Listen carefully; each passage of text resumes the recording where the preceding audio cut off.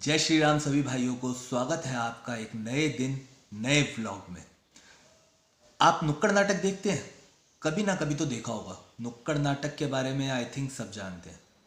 इस व्लॉग में मैं आपके लिए लेके आया हूँ छोटे छोटे बच्चों द्वारा प्रस्तुत एक नुक्कड़ नाटक, जो कि एक बहुत ही अच्छा सोशल मैसेज देता है और आप लोगों के लिए एक अवेयरनेस मैसेज भी है।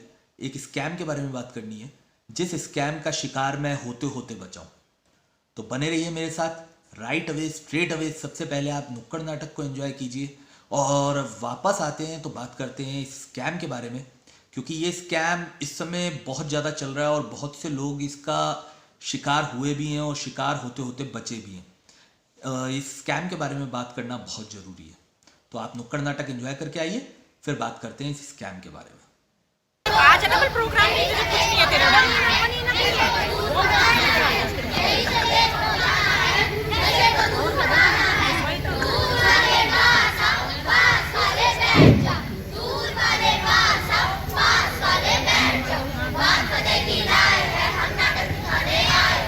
अच्छा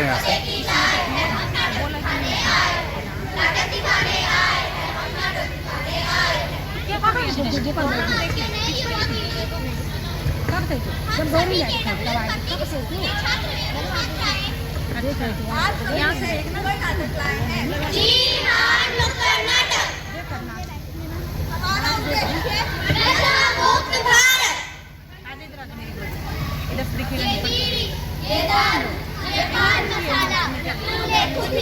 अपना गला दबा डाला, ये बीड़ी, ये दारू, ये पान मसाला, तूने खुद ही अपना गला दबा डाला।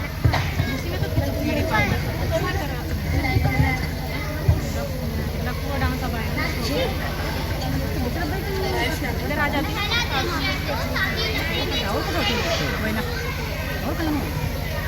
जिंदगी का जश्न मनाता चला गया, हर फिक्र को धुएं में उड़ाता चला गया। कि जिंदगी का जश्न मनाता चला गया, हर फिक्र को धुएं में उड़ाता चला गया।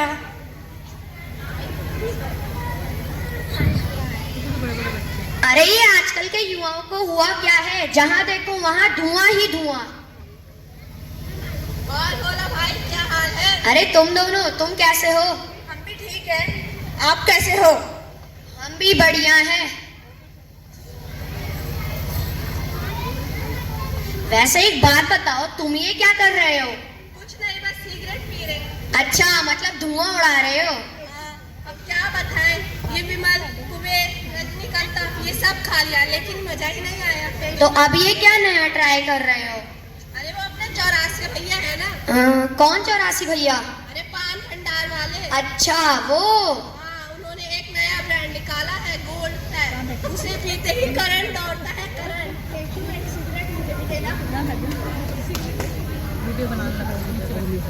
क्या तुमने कभी पी है? नहीं भैया नहीं। अरे यार, तुम्हारा तो नाम भी बोला और काम भी बोला। कभी कोई शौक किया है अपनी जिंदगी में? नहीं भैया नहीं, मैं ऐसे शौक नहीं रखता। अरे जब तक कुछ खाए नहीं, पिए नहीं, धुआं सुआ नहीं किया, तब तक क्या किया तुमने अपनी जिंदगी में? नहीं भैया नहीं, मुझे माफ कर दो। और मैं भी आपको यही सलाह दूंगा कि ये नशे की लत को छोड़ दो, क्योंकि इससे क्या हानियां होती है आपको पता भी है। इससे सांस लेने में दिक्कत होती है और धीरे धीरे मुंह खुलना बंद हो जाता है। और तो और इससे गले का, मुंह का और फेफड़ों का भी कैंसर हो सकता है। और कैंसर जैसी भयानक बीमारियों से छुटकारा पाने का सिर्फ एक रास्ता है। अरे यार, तुम तो चले ज्ञान फैलने। पीना है तो पियो, वरना निकलो। चलो मैं चलता हूँ, घर वाले राह देख रहे होंगे। हाँ, चलो चलो। दूसरा दृश्य, टेसू के घर का दृश्य।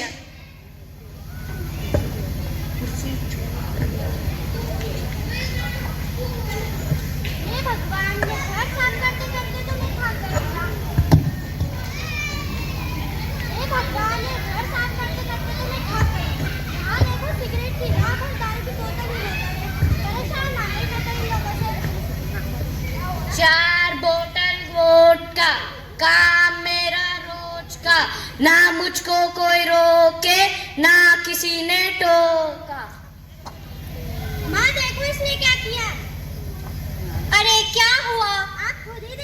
इसका तो यही हाल है, जहाँ देखो दारू की बोतल ही बोतल है, और सिगरेट तो इतनी पीता है पूरे घर में दुर्गंध फैल जाती है।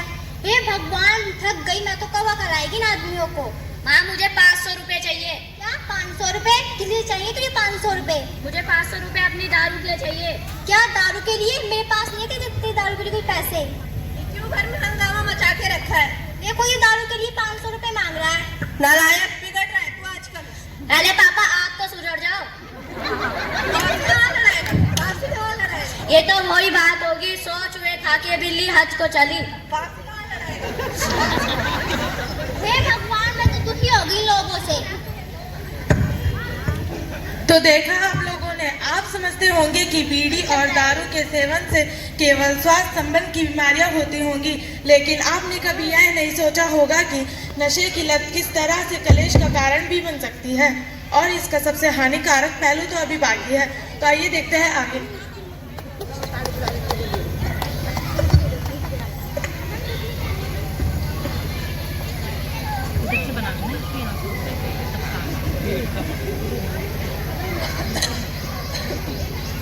अरे पापा क्या हुआ? मेरे को सांस लेने में दिक्कत हो रही है। अरे भैया जल्दी चलिए, देखिए पापा को क्या हुआ है। अरे पापा क्या हुआ? मेरे को सांस लेने में दिक्कत हो रही है। इन्हें हॉस्पिटल ही जाना होगा। चलिए। अरे मेरी सिगरेट। पापा आपको इस वक्त भी आपकी सिगरेट याद आ रही है? सारी फसाद की जड़ तो सिगरेट ही है।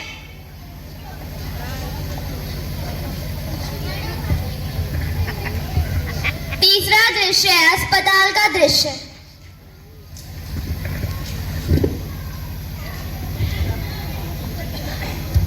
क्या हुआ है इनको? अरे डॉक्टर साहिबा देखिए जरा, मेरे पापा को पता नहीं क्यों सांस लेने में दिक्कत हो रही है। रुको रुको, मैं चेक करती हूँ। मुंह खोलिए अपना। इन्हें तो माउथ कैंसर हुआ है और इनका लिवर भी फेल है, इस वजह से इन्हें सांस लेने में प्रॉब्लम हो रही है। अरे डॉक्टर साहिबा इसका कुछ तो इलाज होगा, आप बताइए हम ऐसा क्या करें या कहाँ ले जाए जिससे यहाँ एकदम ठीक हो जाए। अब इसका कोई इलाज नहीं है, बहुत देर हो चुकी है। मैं तो कहती हूँ इन्हें घर ले जाओ, इनकी सेवा करो।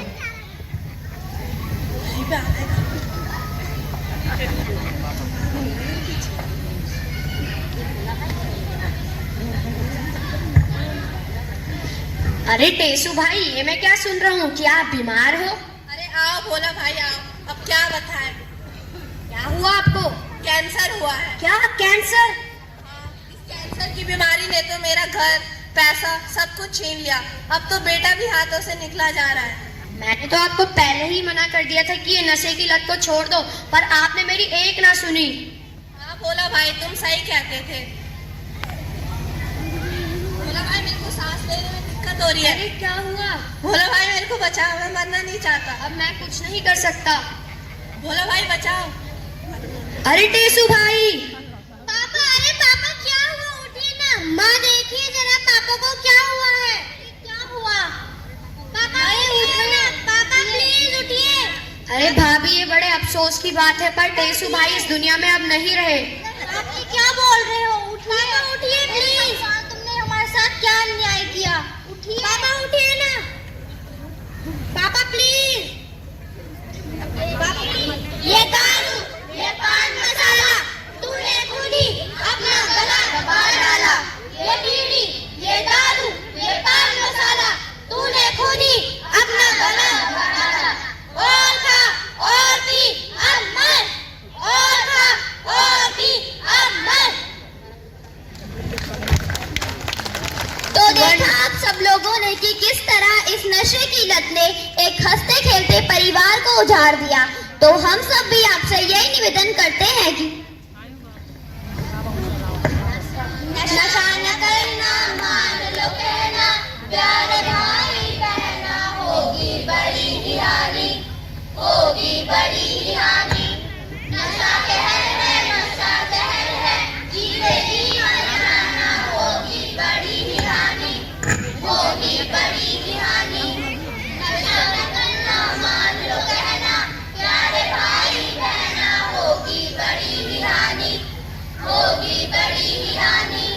नशा कहर है, नशा कहर है, जीते जी मर जाना, होगी बड़ी हानि, बड़ी ही हानि पैसा लुटेगा दम भी घुटेगा होगा मुश्किल जीना होगी बड़ी ही हानि होगी बड़ी ही हानि आ गए। कैसा लगा नुक्कड़ नाटक? अच्छा था ना? मैसेज अच्छा था। पता है वीडियो थोड़ा ऊपर नीचे हो गया, जिसने शूट करा वो ढंग से शूट नहीं कर पाया, लेकिन कंसंट्रेट मैसेज पे कीजिए। छोटे छोटे बच्चों की मनोस्थिति पे क्या असर पड़ता है जब उनके पेरेंट्स उनके सामने नशे वगैरह करते हैं, ये बहुत इम्पोर्टेंट मैसेज है। और वैसे भी नशा करके किसी का भला हुआ नहीं है, तो और ये करना ज़रूरी भी नहीं है। बाकी हर एक की अपनी अपनी सोच है, हर एक का अपना अपना जीने का तरीका है, क्या कर सकते हैं। लेकिन अभी बात हमारे दूसरे टॉपिक पे, जो स्कैम है। कुछ दिन पहले मेरे पास एक कॉल आया और काफ़ी जानी मानी कोरियर कंपनी का कॉल था, फेडेक्स के नाम से। मैं नाम क्लियर लूँगा, फेडेक्स के नाम से कॉल था और उन्होंने मेरे को बोला कि मेरे नाम से एक पार्सल हुआ है हांगकांग, और वो पार्सल कस्टम्स वालों ने रोक लिया, और उस पार्सल में जो चीज़ें पकड़ी गई हैं वो है 5 पासपोर्ट और ऐसी चीज़ें, क्लोथ्स और आपका सिगरेट्स एंड ऑल। साथ ही साथ उसमें जो पकड़ा गया है वो है ड्रग्स। तो मैंने कहा कि मैंने तो ऐसा कोई पार्सल किया नहीं है, और पार्सल उन्होंने बताया कि मुंबई से किया गया है मेरे नाम से हांगकांग के लिए। तो मैंने उन्हें बोला कि मैंने कोई ऐसा पार्सल नहीं किया है। तो वो कहते हैं अच्छा ऐसा ऐसा है, तो हम आपका एक काम करते हैं, कॉल आपका हम पुलिस से डायरेक्ट कनेक्ट करा देते हैं, क्राइम ब्रांच से। तो मेरे साथ ये हुआ था कि मैंने एक क्रिएटर हैं उनका वीडियो पहले देख लिया था, तो मेरे दिमाग में वो तो था ही कि ऐसा ऐसा हुआ। साथ ही साथ जिस जगह से वो कॉल करके बता रहे थे कि हम मुंबई से बोल रहे हैं, तो उनकी भाषा मुंबई वाली लग नहीं रही थी। थोड़ा सा अवेयर आप लोगों को भी होना पड़ेगा। अगर ऐसा कोई कॉल आता है तो वो जहाँ से भी कह रहे हो उनकी भाषा में वो बात तो आएगी ना। तो उन्होंने मेरे को बोला कि हम आपका ठीक है साइबर सेल से कॉल कनेक्ट करा देते हैं। मेरा कॉल कनेक्ट हुआ वहाँ पे, तो मैंने उनसे बात करी, मैंने उनको सारी सिचुएशन बताई कि मेरे पास ऐसे ऐसे फेडेक्स के कस्टमर केयर से फ़ोन आया है और उन्होंने मेरे को बोला है कि मेरे नाम से एक कोरियर किया गया है जो कस्टम्स ने रोक लिया है, और अगर आप इस पे आगे हमें लिखित में और वीडियो कॉल पे सबूत नहीं देते हैं कि ये आपका नहीं है तो आपके खिलाफ कार्रवाई हो सकती है। मैंने कहा, तो उन्होंने मेरे से डिटेल पूछना शुरू करा, तो मैंने वो डिटेल्स नोट करके रखी थी और मैंने उनको बताना शुरू करा कि ऐसे ऐसे इन्होंने बताया है कि इस पार्सल में ये मेरे नाम से किया गया है और किसी लिन के नाम से है, ये पार्सल मेरे नाम से किया गया है, और इसमें 4 पासपोर्ट, सिगरेट्स और क्लोथ्स और बहुत सी चीज़ें ऐसी मिली हैं जो कोई एक नॉर्मल इंसान की उससे नहीं मिल सकती, जिसमें ड्रग्स भी। तो वो पुलिस वाला मेरे को कहता है, जिससे कॉल कनेक्ट करवाया गया था, वो पुलिस वाला मेरे को कहता है ओके ओके ओके, तो आप एक काम करिए, आपको वीडियो कॉल पे आना पड़ेगा और आपको अपनी बेगुनाही साबित करनी पड़ेगी। अच्छा, तो मैंने कहा ठीक है, पर मैं तो सर मुंबई आया ही नहीं हूँ। पकड़ा कहाँ से गया, ये सबसे मेन पॉइंट है कि ये फ्रॉड था। मैंने उनको कहा ठीक है सर, एक काम करता हूँ, मैं अपने उत्तराखंड में साइबर क्राइम में ये रिपोर्ट दर्ज करा देता हूँ कि ऐसा ऐसा मेरे नाम से हुआ है और मैं तो मुंबई गया ही नहीं हूँ, मेरे को लगभग 4-5 साल हो चुके हैं मुंबई गए हुए। तो वो एकदम से हेजिटेट हो गया, उसने बोला नहीं नहीं नहीं नहीं नहीं, हम भी तो पुलिस वाले ही हैं, वो भी तो हम ही को बोलेंगे अगर आप वहाँ पे रिपोर्ट करोगे। मेरे को ये बात यहीं पे खटक गई, यहीं से पकड़ लिया था मैंने कि ये फ्रॉड है। तो ठीक है, वो मना करता रहा। फिर मैंने कहा ठीक है सर, आप वीडियो कॉल करना चाह रहे हैं, मेरे को कोई प्रॉब्लम नहीं है वीडियो कॉल से, आप व्हाट्सएप नंबर दीजिए, मैं आपको कॉल करता हूँ। नहीं नहीं नहीं, व्हाट्सएप नहीं, हम सिर्फ टेलीग्राम पे बात करेंगे, व्हाट्सएप एनक्रिप्टेड नहीं है, जबकि व्हाट्सएप सबसे सेफ और एनक्रिप्टेड ऐप है।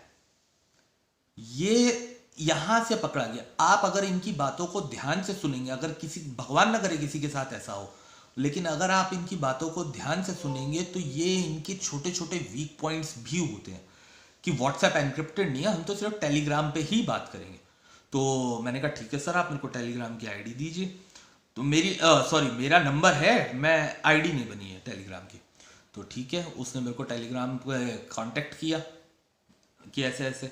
मैंने देखा उन्होंने लोगों तक मुंबई क्राइम ब्रांच का लगा रखा था अपने टेलीग्राम के उस पर। मैंने तुरंत, मेरे दिमाग में यही चीज़ थी कि ये ऐसा कैसे हो सकता है ना, इनकी महाराष्ट्रियन जो भाषा, एक स्लैंग आ जाता है, अगर वो हिंदी भी बोलते हैं तो एक स्लैंग होता है उनका बात करने का, वो स्लैंग उनकी भाषा में नहीं था। दूसरा, मैंने वो क्रिएटर का वीडियो देख लिया था and I am very thankful to them कि उनका वीडियो से मैं बच पाया। मैं उनका नाम शेयर कर दूंगा नीचे कि किन का वीडियो मैंने देखा था डिस्क्रिप्शन में। तो एक वो हो गया। तीसरी चीज़, जब उन्होंने बोला कि नहीं नहीं नहीं, आप पुलिस में उधर कंप्लेंट मत करो क्योंकि वो हमारे पास ही आएगी घूम फिर के, आप पुलिस से कांटेक्ट मत करो, उसका कोई फ़ायदा नहीं होगा। तो मैंने कहा ठीक है सर, मैं अभी ऑफिस में हूँ, मैं आपको बाहर आके फ़ोन करता हूँ। तो उन्होंने कहा ठीक है, आप जैसे ही फ्री होते हैं हमें कॉल कीजिए। तो अब मैं बैठा बैठा ये सोचने लगा कि मेरे नाम से पार्सल गया कैसे, मैंने तो किया नहीं है। मेरे दिमाग में वो सर का वीडियो भी था, तो मैंने थोड़ा सा खुद भी रिसर्च करने की कोशिश करी। वहाँ से तो मैंने टाल ही दिया था। मैंने रिसर्च करा तो ऐसा पता चला कि साउथ में, हमारे साउथ इंडिया में एक लेडी के साथ ये बहुत ही भयंकर तरीके से स्कैम हो चुका है और वो बुरी तरह से इस स्कैम में फंस गई थी, जिसमें उन्हें कई दिन तक उलझा के रखा और ना ही किसी से बात करने दी गई, ना ही कहीं निकलने दिया गया। उनको ये कहते रहे ये सेंट्रल एजेंसीज की जांच है, अगर आप किसी से कांटेक्ट करेंगी तो आप और ज़्यादा प्रॉब्लम में फंस जाएंगी, और उन्हें काफ़ी मोटी रकम का चूना लगाया गया। मेरा दिमाग घूम गया। मैंने तुरंत फ़ोन उठाया, 112 पे कॉल किया, जो हमारे उत्तराखंड का साइबर क्राइम नंबर है। मैंने उनको कॉल किया, एक मैडम ने फ़ोन उठाया, उन्होंने मेरी पूरी हेल्प करी। तो मैंने उनको सारी सिचुएशन बताई। उन्होंने कहा कि आप टेंशन ना लीजिए, कि अगर ऐसा कुछ भी होता है तो सबसे पहले आपके पास आपकी लोकल चौकी में सम्मन आएगा, जो सम्मन कहते हैं ना, सम्मन आएगा, और फिर आपको लोकल चौकी कांटेक्ट करेगी। ये फ्रॉड बहुत ज़्यादा चल रहा है, आप उनकी बातों में फंसिए ही मत और वो नंबर तुरंत ब्लॉक कर दीजिए। उन्होंने मुझे समझाया, तो मैंने वो रिपोर्ट कर दी है उस नंबर के साथ। आप लोगों को साथ ये सब इसलिए शेयर कर रहा हूँ ताकि अगर ऐसा आपके साथ कुछ होता है तो आप अवेयर रहें, इस स्कैम में बिल्कुल ना फंसे। आपने जब कुछ गलत किया नहीं है तो कोई आपको गलत साबित कर नहीं सकता। तो अवेयर रहें, सुरक्षित रहें, यही ये मकसद था आपसे वीडियो शेयर करने का। और डायरेक्टली अगर आप ऐसा कुछ भी होता है तो टाइम लें, तुरंत ना कनेक्ट करें वीडियो कॉल वगैरह पे, टाइम लें और अपने लोकल चौकी में या फिर जो नंबर है नेशनल सिक्योरिटी नंबर, उस पर कॉल करके इन्फॉर्म करें,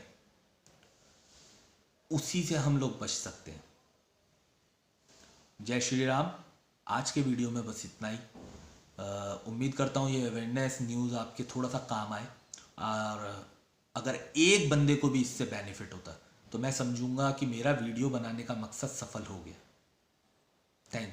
थैंक यू फॉर वॉचिंग। बने रहिए विशालिस्तान व्लॉग्स के साथ। मिलते हैं हमारे अगले व्लॉग में।